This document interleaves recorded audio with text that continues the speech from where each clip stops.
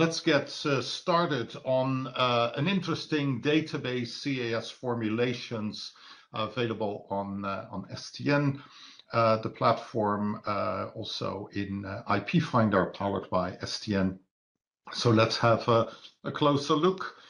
This is a database where the details of formulations have been captured. Obviously, those would be documents that would also show up in CA+, with one exception, which is the product inserts from the US and the European Union. They are not in CA+, but they do have the data that you normally have within those product inserts available for searching there as well. In terms of the content, it's probably the most difficult question to answer. What exactly is in CAS Formulations? So we've created a database where one formulation is one record. So you always be searching within the definition of one formulation. And that also could imply that either from journals or from patents, you could have multiple records from the same article, from the same patent. Let's say a formulation from the claims, a formulation from the specific examples. If that patent has 10 different examples, then we may have indeed 11 different records from that patent, one from the claims or multiple from the claims and the different examples. We focus on pharma, agro, and then things like cosmetics and household products, flavors, fragrances, etc. Can you find something on a petroleum formulation? Can you find something on a polymer formulation? I would say you could find a few examples, but the database is not designed to be anywhere comprehensive. Even for pharma, I would say we probably have between 50 and 60% of the relevant formulation defined journals and patents in CA+ in this database. We would also have probably between 40 and 50% for agro, and I would say between 30 and 40% for cosmetics and household products. So probably it's fair to say that none of the subject areas are completely comprehensive.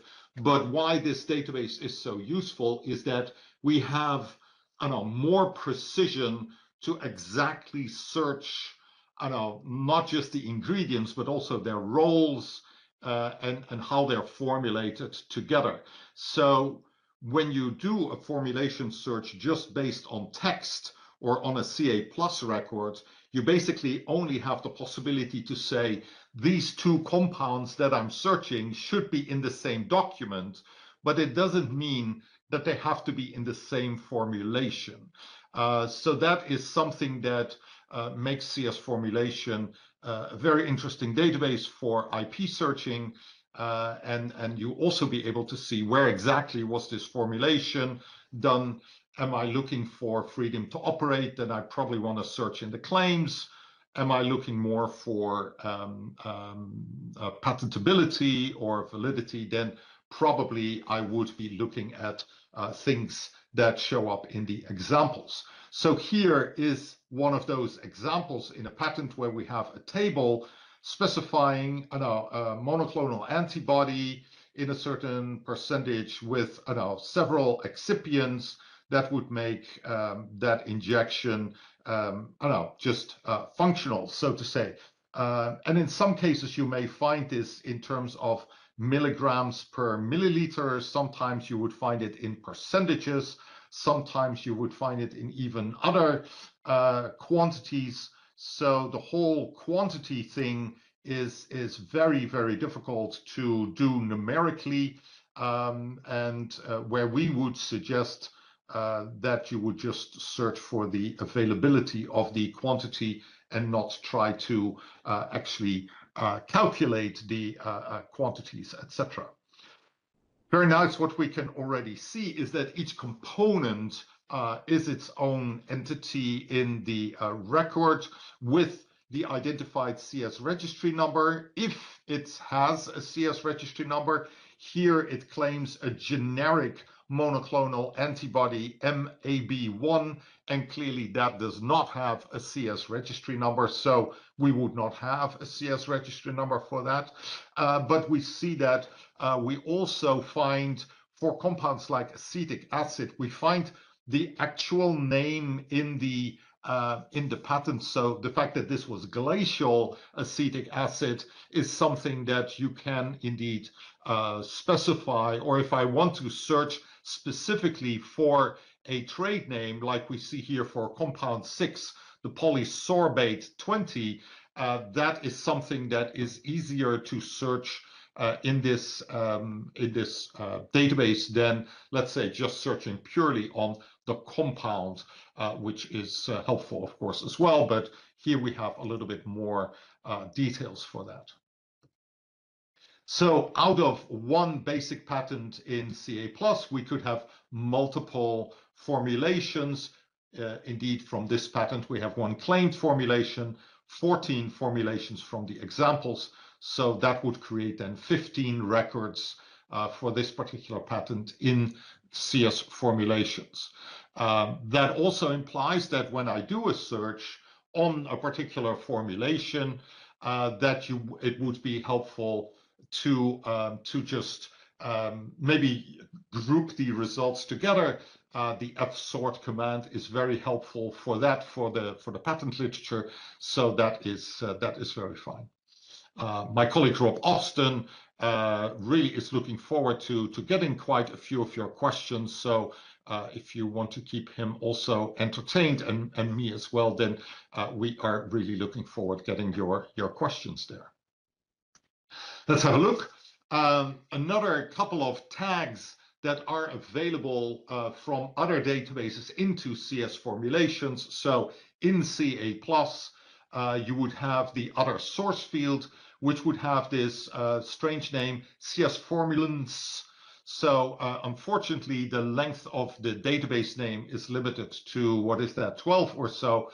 And so we had to cut out a few vowels at the end.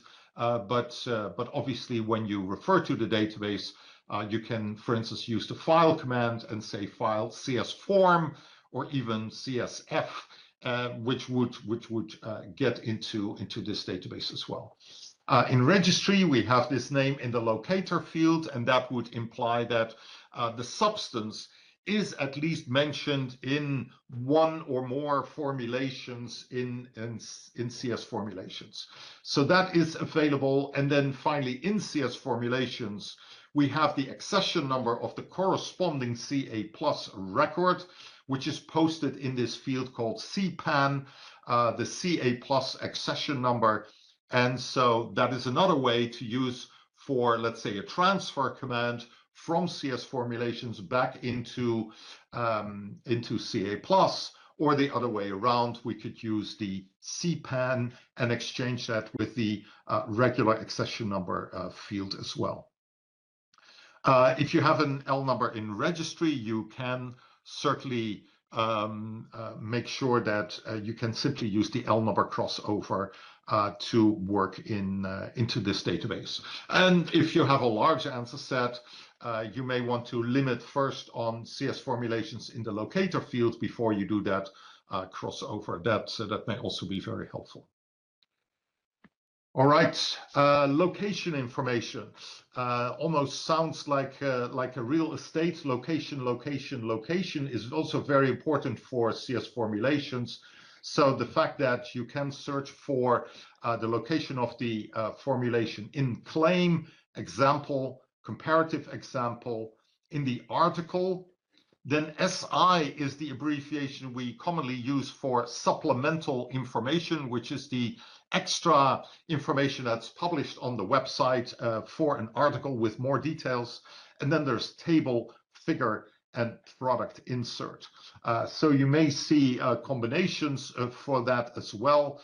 Usually for journal articles, when you see article page 2, 4, and 5, that would be the page of the PDF of the article. So in fact, page 2, maybe page 1127, but for the PDF, it would be on page 2 of the article. So that is something to also keep in mind.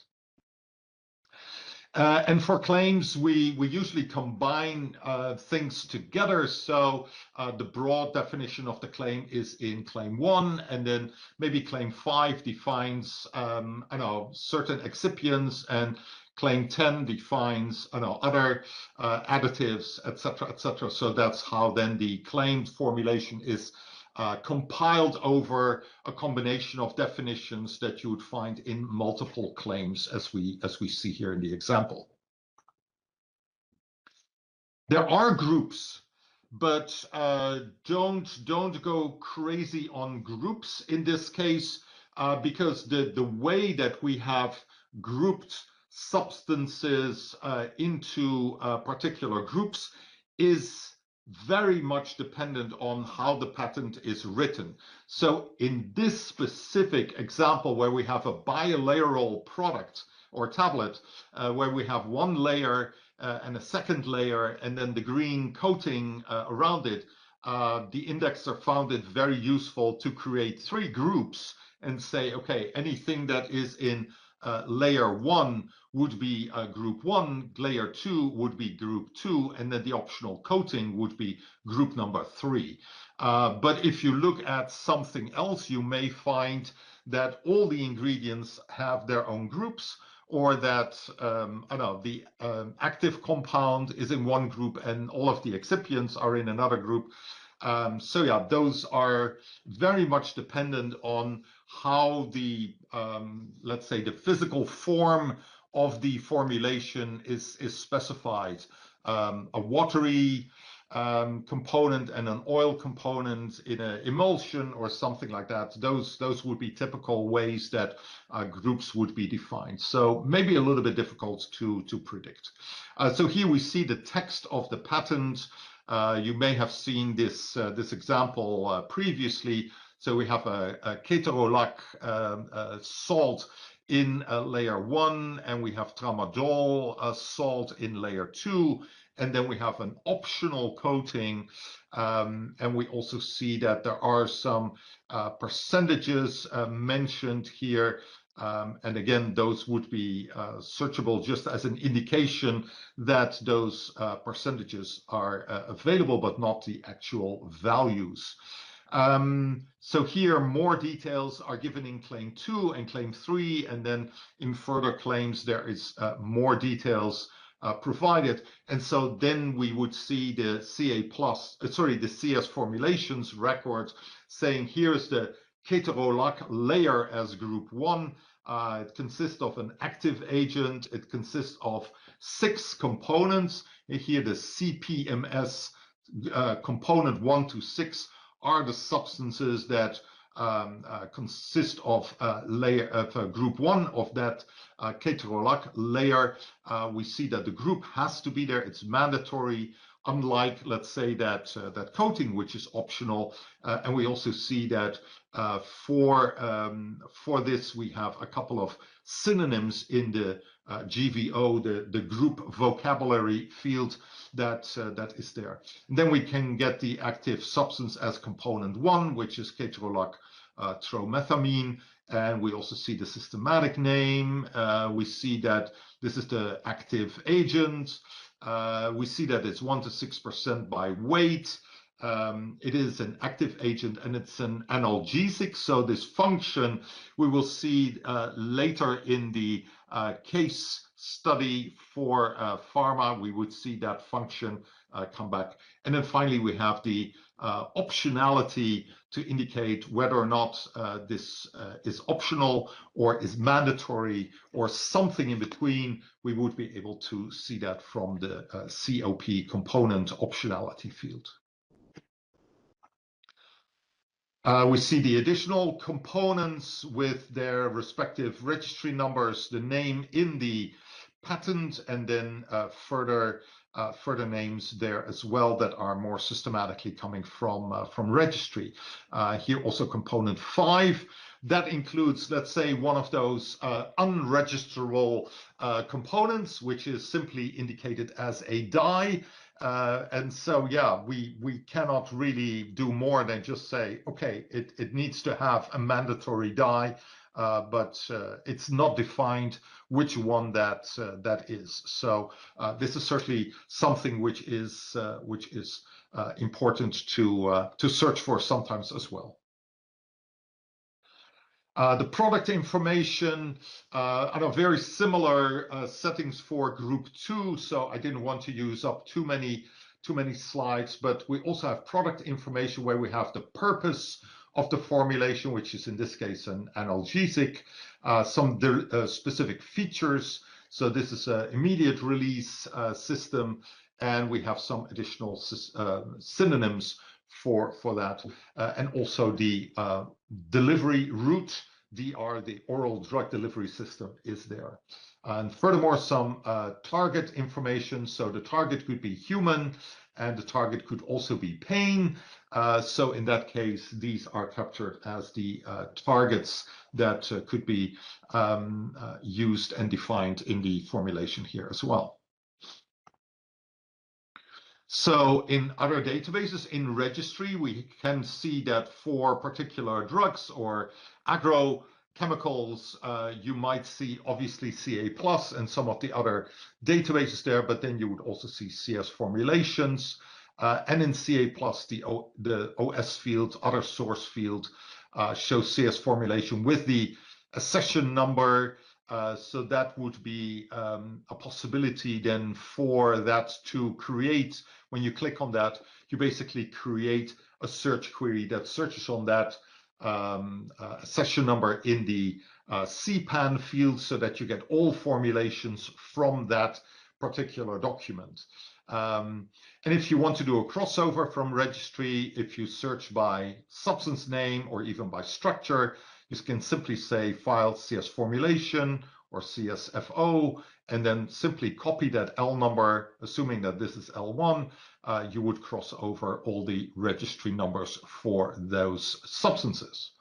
And if you do that from CA+, so here we have searched for things like immunoconjugates or antibody drug conjugates, and then we would have a possibility to see which of those documents are in CS Formulations.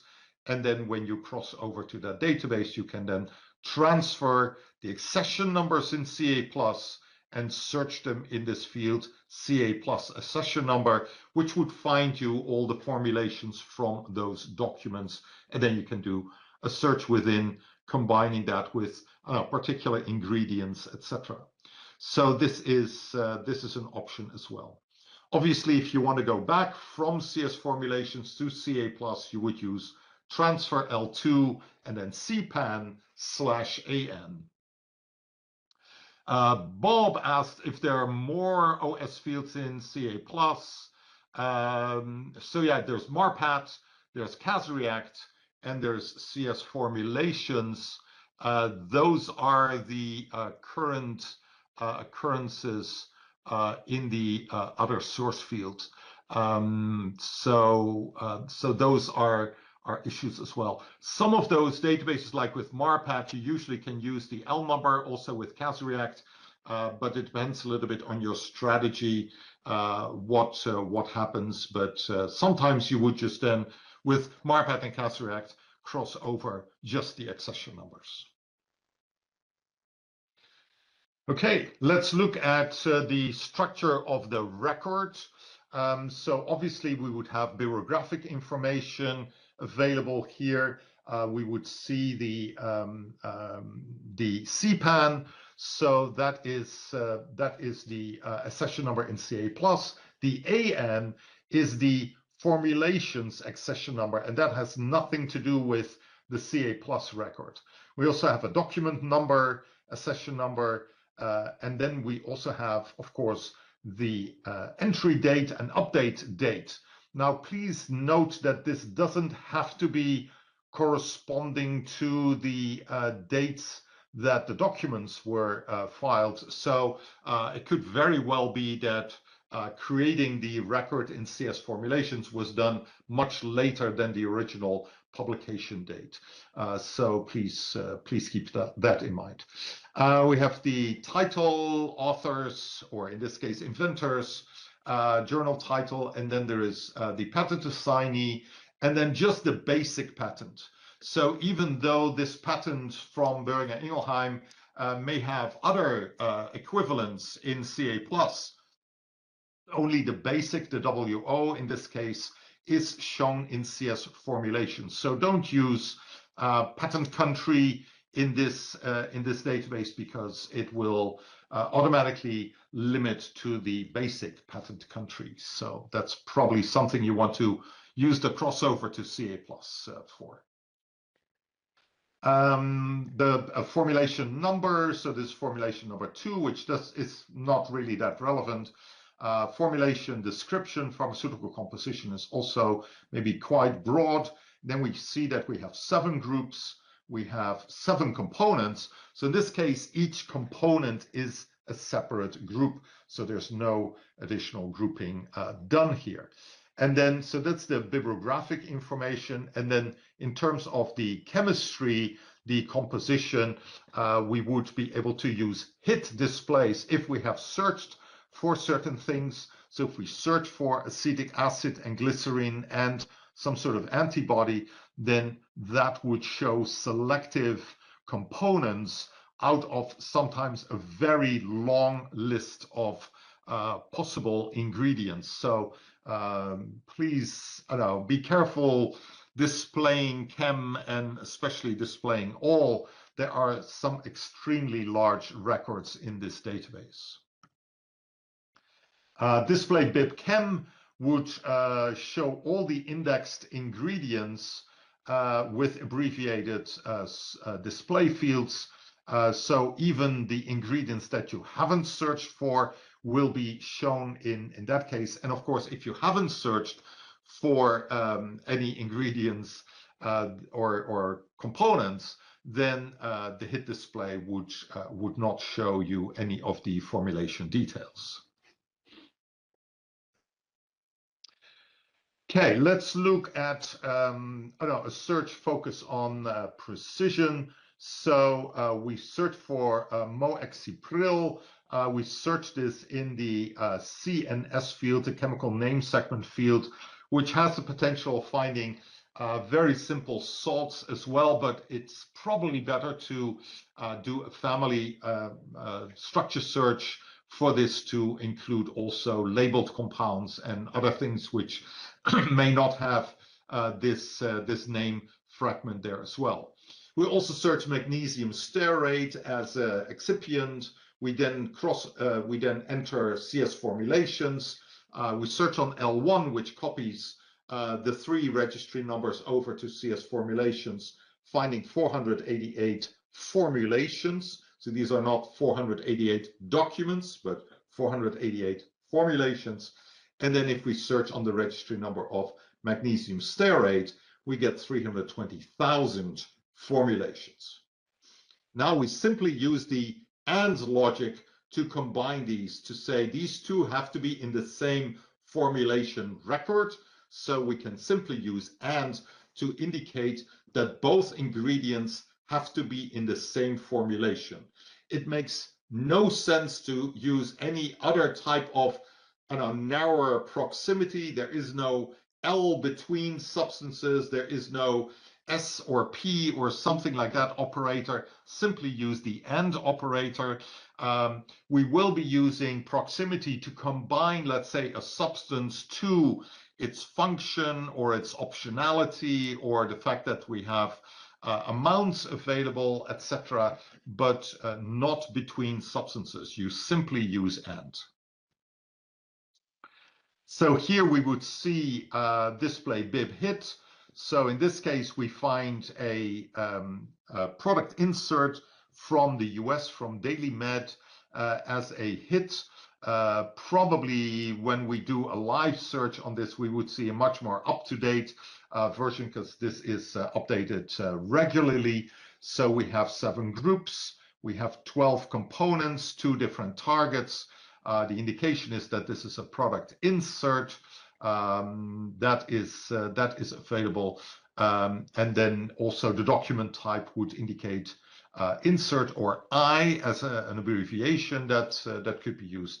Then we see that magnesium stearate was found in group 2, being component 2, and our moexipril hydrochloride is actually component 11, found in group number 6. So anything in between 2 and 11, and also component number 12, is not part of our search strategy and therefore is not part of the display here. So we're really just showing the hit details, and a hit in terms of a substance is not just a registry number as we see here, but the definition of the group with the definition of that component. So those two form an information unit, and within that information unit you would use the L operator. So if I want to combine with mandatory as an optionality, then I could do that.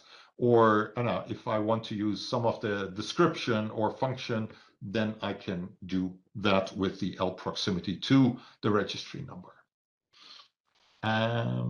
Yep, Rob provided some nice information about the original source in the chat. Please keep a look at that. So where would we use stronger proximity than the AND operator? So in this case, for instance, if we have a trade name carbopol 71G as the chemical name, we can link that to the fact that this substance has to be the gelation or the gelling agent that would be present in the formulation. And maybe this substance is actually not normally a gelation agent. So you can actually say, give me, all the formulations where this substance is a filler, even though normally it is not always used as a filler. So that kind of function search is actually quite useful. The function could be defined in the component, which is why we used CFU, or the function could be better defined in the entire group. So then you would have it in the GFU, the group functionality field. So always good to check both of them.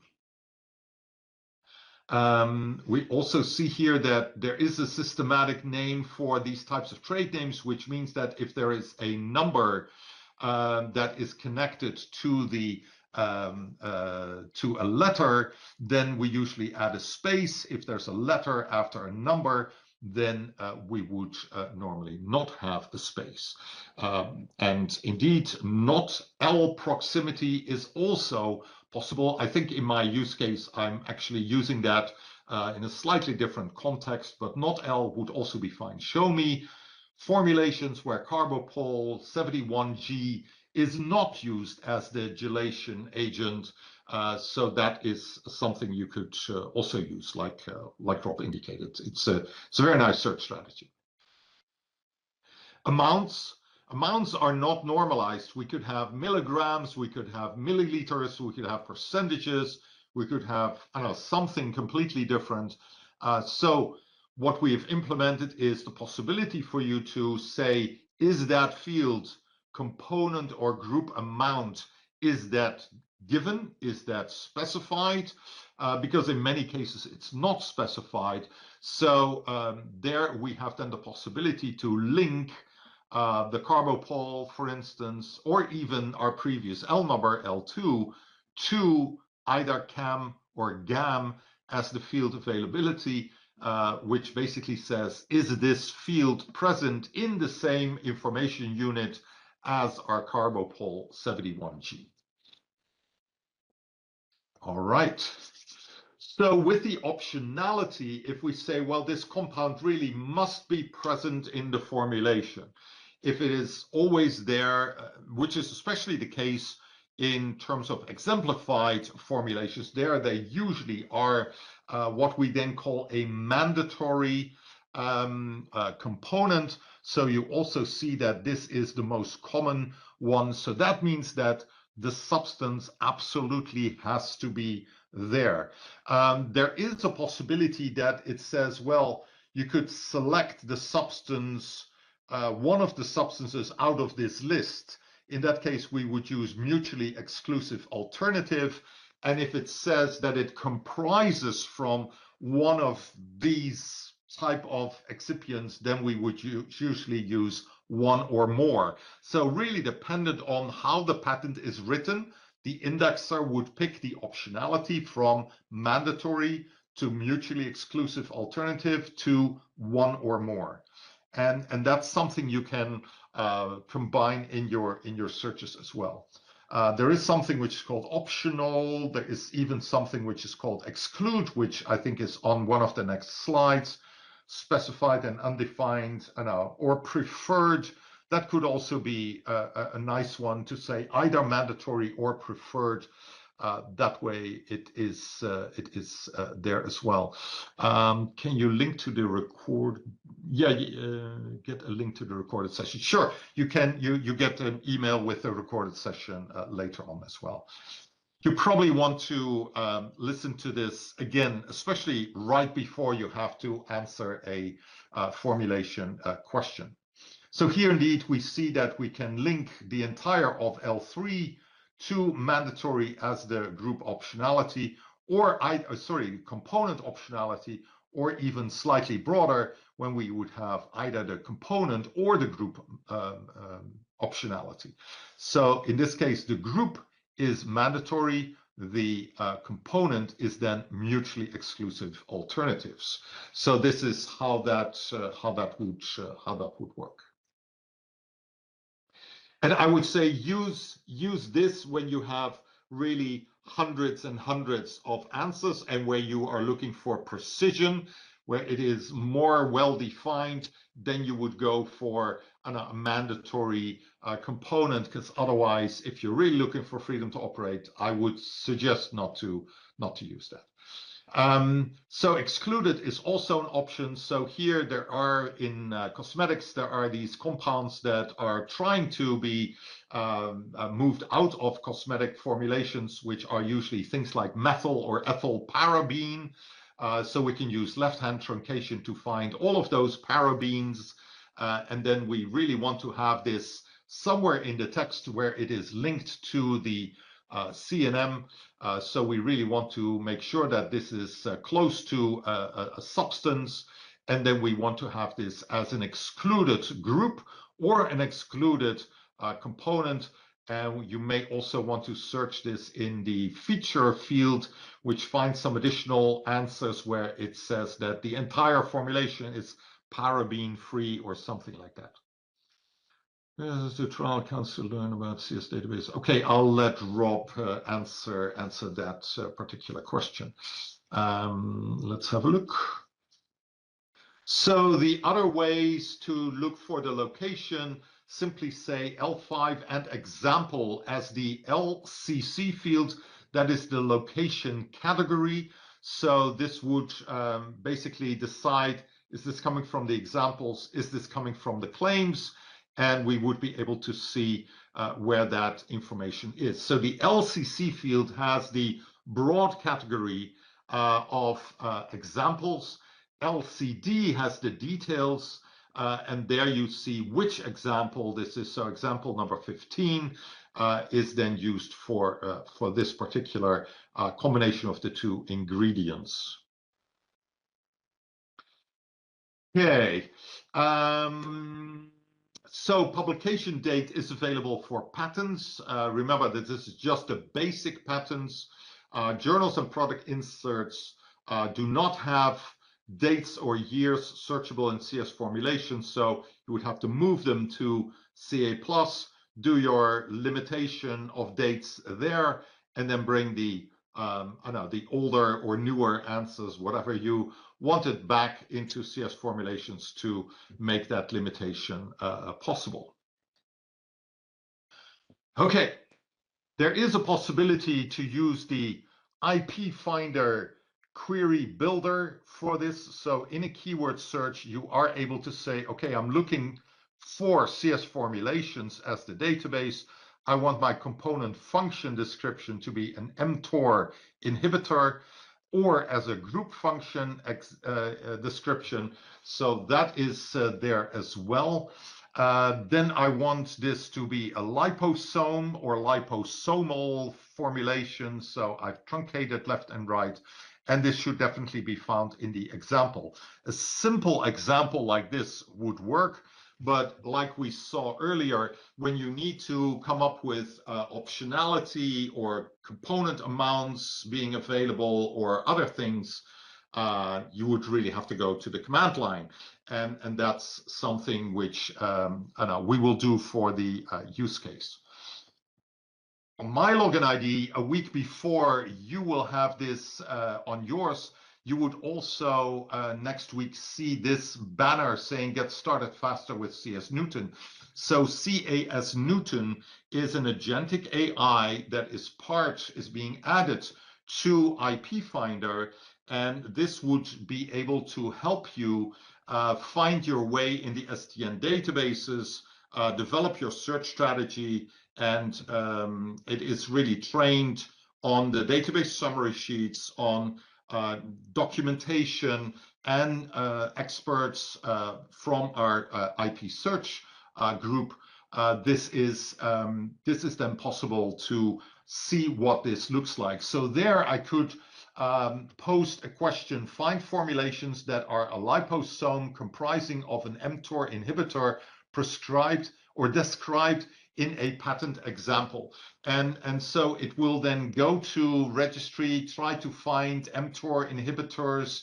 It will find that rapamycin and these limus compounds seem to be mTOR inhibitors.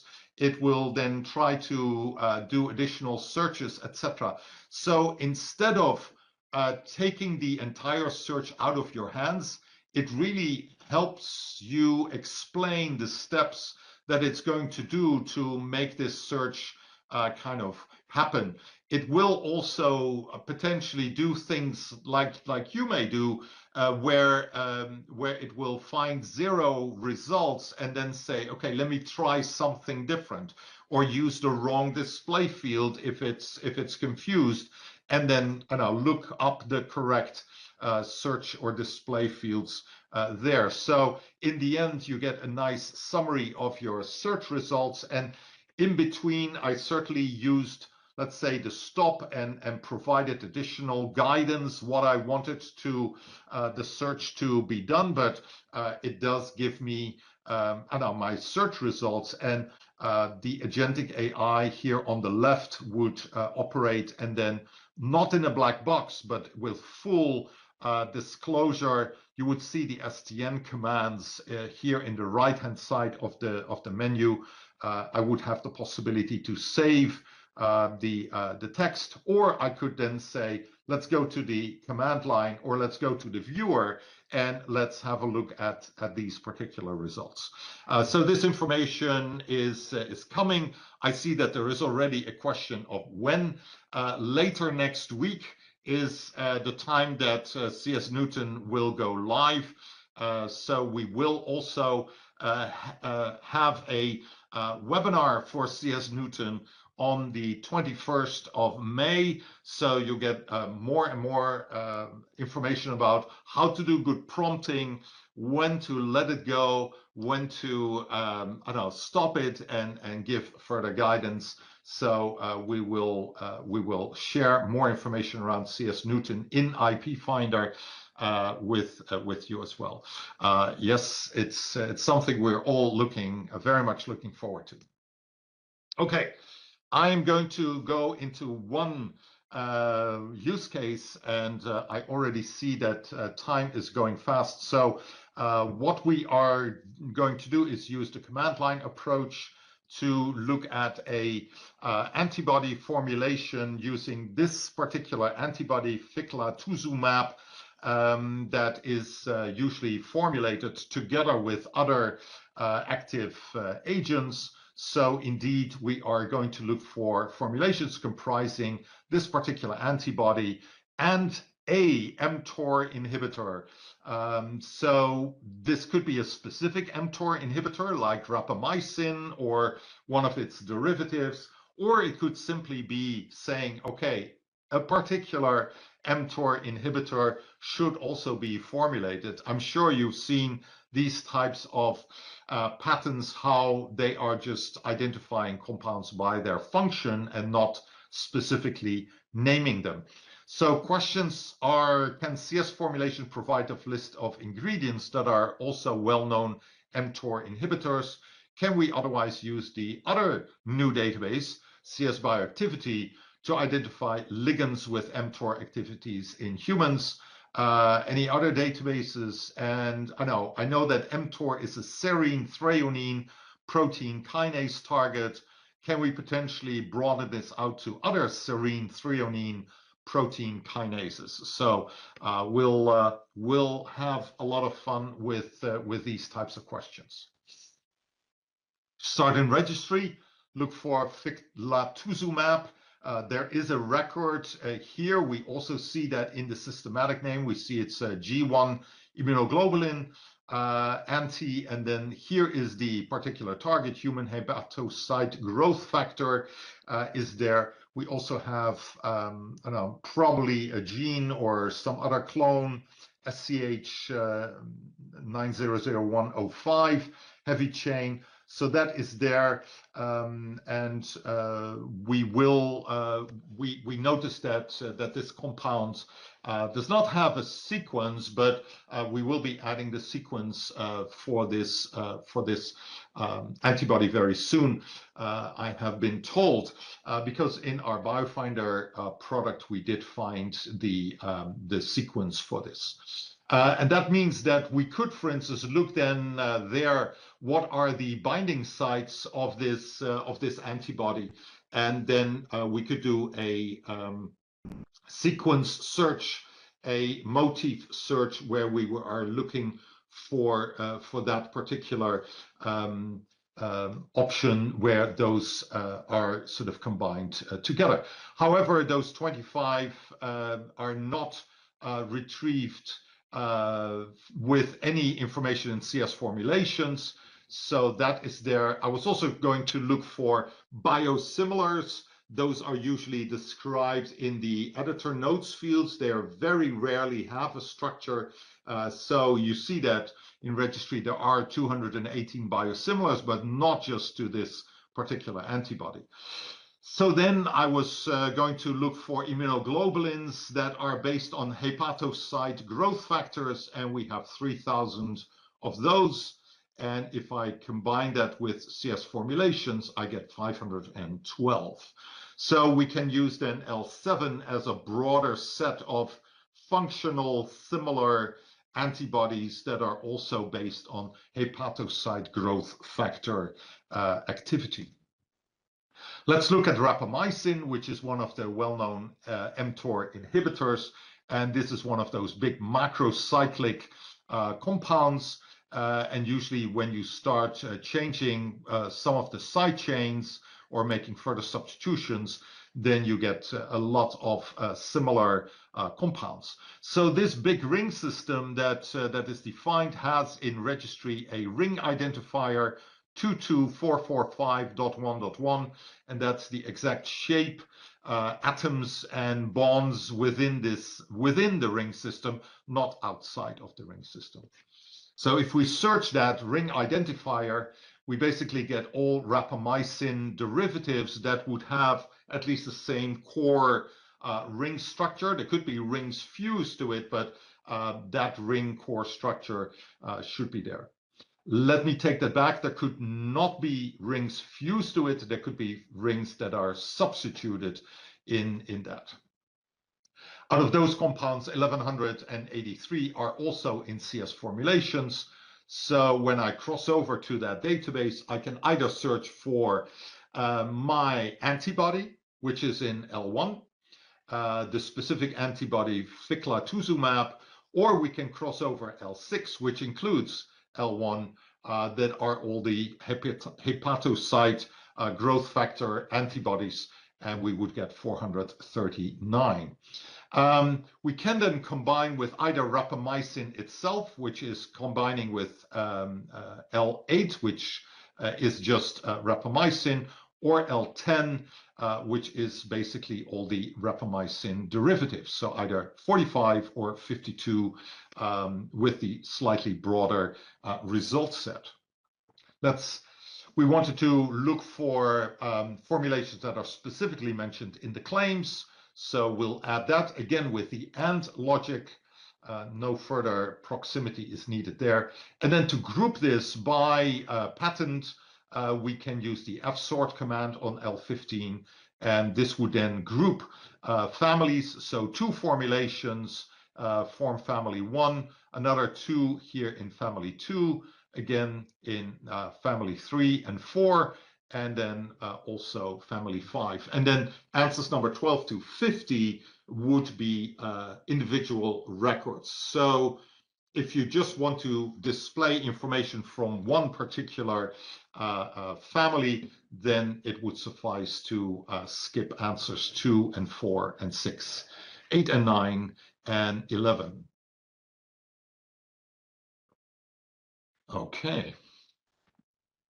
So, so we can also add the broader antibodies. So L12 represents all the hepatocyte growth factor antibodies, which gives, I don't know, slightly more results just combining with rapamycin here in L18, or 77, where the broader group of antibodies are also combined with the rapamycin derivatives that we had in L10. Then we can, if we want, we can add a date range. So here we have a pretty old date range in 2012, and we see that 7 of those formulations do match that older date. So display hits, we find sort of the description. This is Bipar Sciences in 2010, published a WO patent, and we see that this is indeed from the claims. We have 57 components over 5 groups. So let's just use hit not to see too many things. So group number 2 represents these growth factor inhibitors, and that's where we find, in this case, Rilotumumab, which is also a human hepatocyte growth factor antibody, but in this case a G2, which I don't know, may or may not be that relevant. So that is the hit on the antibody. And if we look at the next page, then we see the other hit entity, where we would see still also in group 2, where we would see one of the rapamycin derivatives that would have an additional dimethylphosphonate group that would be there as well. However, here we see that this rapamycin derivative is not an mTOR inhibitor, but a vascular endothelial growth factor receptor inhibitor. So that is something that I don't know, we may want to address as well. So finding specific compounds by their function in CS formulations, we can do that by simply then saying, okay, we want the antibody L12 search, and then mTOR inhibitor should either be the component function or the group function or the group description. So that is something that we could search for, and we would find 11. So here we would see that there is another rapamycin derivative, no surprise, with this trade name and this registry number, and then we see the component function being the mTOR inhibitor. So that is certainly a nice way of identifying those compounds just by their function.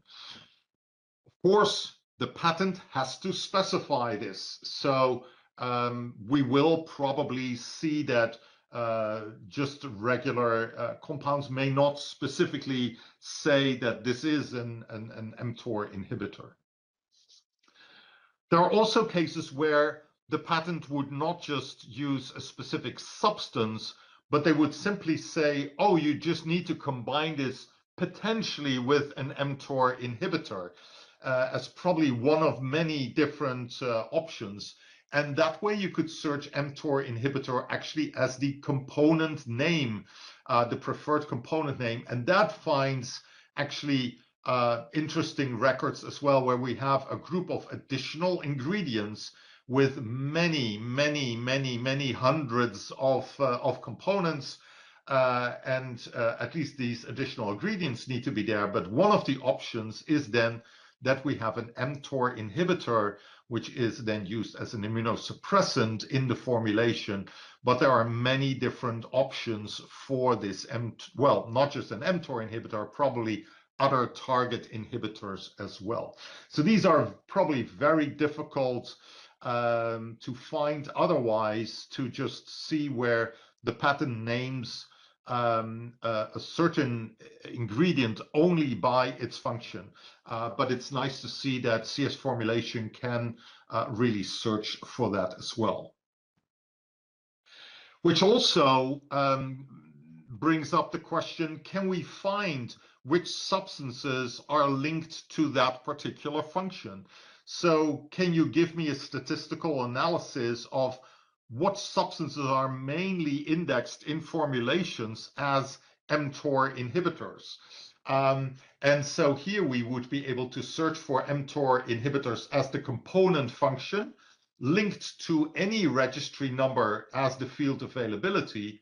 And so we find 1,431 formulations that have a registry number linked to the function of mTOR inhibitors. And here we see that Afinitor, again, a rapamycin derivative, is an mTOR inhibitor. And so that is there. So now we should be able to analyze the hit registry numbers. So those registry numbers that form a hit because I've searched for registry number as field availability directly linked to my mTOR inhibitors. So it's able to analyze all of those formulations, and it finds 2,319 different registry numbers that in CS formulations have been linked to the function of an mTOR inhibitor. So that's a very nice, powerful way to identify substances that in formulations have that particular function. Another place to look for mTOR inhibitors is the CA lexicon, but here we're limited to really very well-known, everyday compounds that may have been identified for many documents. So within the lexicon, we do capture the most common substances identified in that way. We do see rapamycin and several of these limus compounds as well, but also some other substances. So we can, if we want, edit this list, which is listed for the control terms, especially the ones in the lexicon with 0 means it's a chemical substance. This is the name. And so if we then change the CT field to the CN field, we could take this E number list into registry to identify these substances as well. And then lastly, we could look at, is there any compounds, a ligand or a drug that has SCR data related to mTOR inhibitors? And you can certainly do that.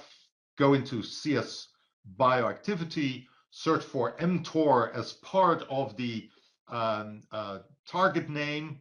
So that is fine. Then we have to use the P operator to say within the same measurement, I need to find that this was done in Homo sapiens, which is the standard term for human in the SAR organism field. And then also we need to look for an inhibitor in the function field. So then we find that this substance out of the Journal of Medicinal Chemistry of 2025 is identified as an mTOR inhibitor with a activity value of 85%, but in this case it was in the context of perhaps a different disease, and the species was done in human. It is difficult to indicate what how active this compound is, or how many data points are there.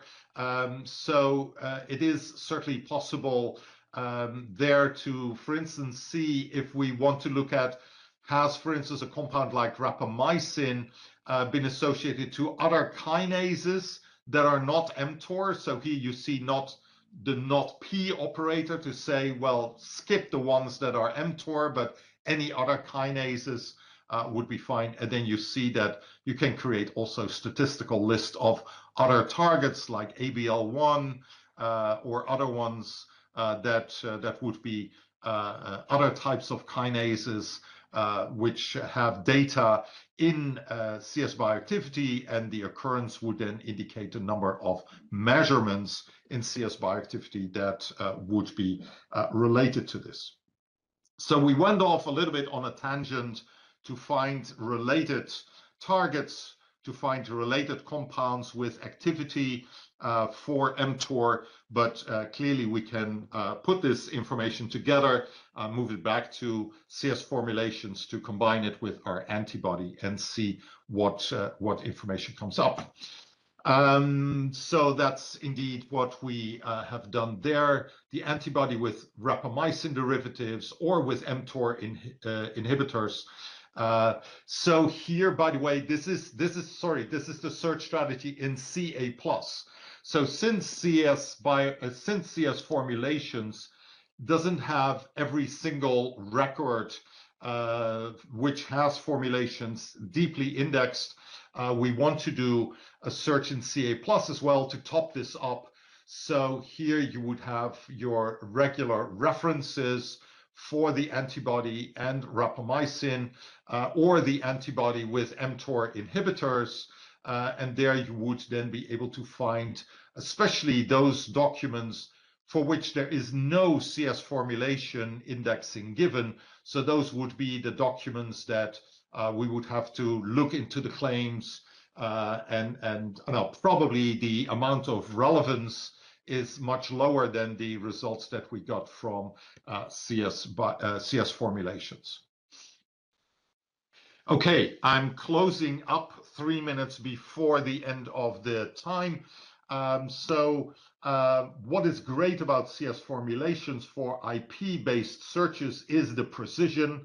Define that two components are in the same formulation. Define their optionality. Do they have to be there, or could they be optional? Could it be one or more of a longer list? So you want to focus probably on claimed formulations if you want to look at freedom to operate. You probably, if you look for patentability, you want to look for enabled formulations from the examples, and also the product in search, which is even more enabled since it is a drug that is actually on the market. A great way to look for trade names of the ingredients, how they are mentioned in the publication, and then also, like we saw with the mTOR inhibitors, search for ingredients really defined just by their class of compounds or their function within the formulation. And then you can do top-up searches in CA+, WPI, and maybe even the full text documents if you need to go the extra mile to be absolutely sure. But if you already find freedom to operate relevant documents in CS formulations, then it may be good to look at that as quickly as possible with the least amount of additional noise that you have to go through. So those are the advantages of CS formulations. Probably we'll be able to answer more of your questions. Please contact our help desk, both in Europe and in the US, on the same email address, help@cs.org. And I really hope to see as many of you as possible for our webinar on May 21st on the implementation of CS Newton in IP Finder.